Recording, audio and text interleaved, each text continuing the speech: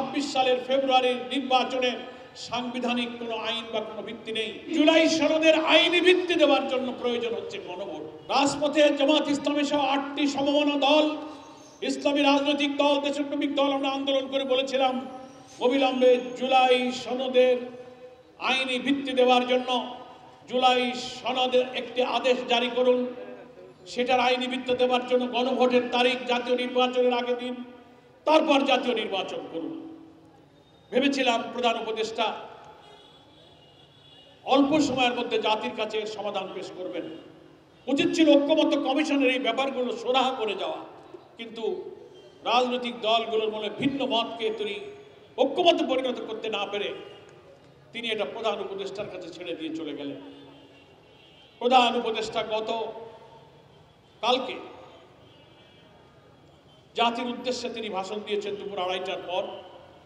গোটা জাতি অধীর আগ্রহে অপেক্ষা করছিল যে তিনি তার ভাষণেই হয়তো জুলাই সনদের আইনি ভিত্তি, জাতীয় নির্বাচনের আগে গণভোটের তারিখ এবং তারপর অবাধ নিরপেক্ষ নির্বাচনের প্রস্তুতি তিনি ঘোষণা দেবেন।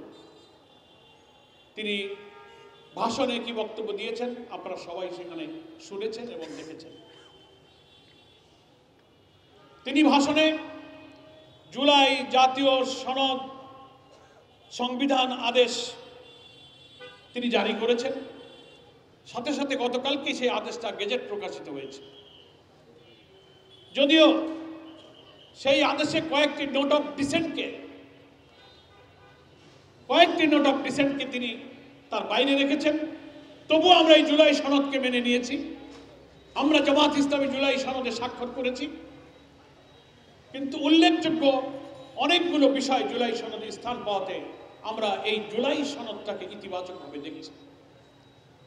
সেখানে প্রধানমন্ত্রীর মেয়াদের সীমা, সাংবিধানিক পদগুলোতে নিয়োগের ক্ষেত্রে প্রধানমন্ত্রীর কর্তৃত্ব থাকবে না, প্রধান বিচারপতি, কেয়ারটেকার সরকারের বিধান, আপিল ডিভিশনের জাস্টিস নিয়োগের ক্ষেত্রে প্রধানমন্ত্রীর মতামতই প্রধান হবে না, সেসব জায়গায় সেপারেট একটা অ্যাপয়েন্টিং অথরিটির বিধান মেনে নেওয়াতে বাংলাদেশের বিদ্যমান রাষ্ট্র কাঠামো পরিবর্তন করে একটা যুগান্তকারী রাষ্ট্র কাঠামো তৈরি হবে আশা করি। সে কারণে আমরা জুলাই সনদকেও মেনে নিয়েছি, কিন্তু সেই জুলাই সনদের আইনি ভিত্তি দেওয়ার জন্য প্রয়োজন হচ্ছে গণভোট। দুনিয়ার সব আইনজ্ঞরা বলেছেন বাংলাদেশে এখন অন্তর্বর্তীকালীন সরকার ক্ষমতায় এসে জুলাই অভ্যুত্থানের পর এখন যে রাজনৈতিক এবং সাংবিধানিক পজিশনে আমরা আছি, আগামী 26 সালের ফেব্রুয়ারির নির্বাচনে সাংবিধানিক কোনো আইন বা কোনো ভিত্তি নেই। সংবিধানে প্রতি 5 বছর পর পর জাতীয় নির্বাচনের বিধান আছে। গত নির্বাচন হয়েছে 24 সালে। যারা সংবিধানের দোহাই দেন, সংবিধানতে এখন কোনো ফাংশনিং নাই, সংবিধানের অনেক ধারা, অনেক অনুচ্ছেদ এখন অকার্যকর হয়ে পড়েছে। কি বুঝলেন ভাই? অনলি যেটাই চাই।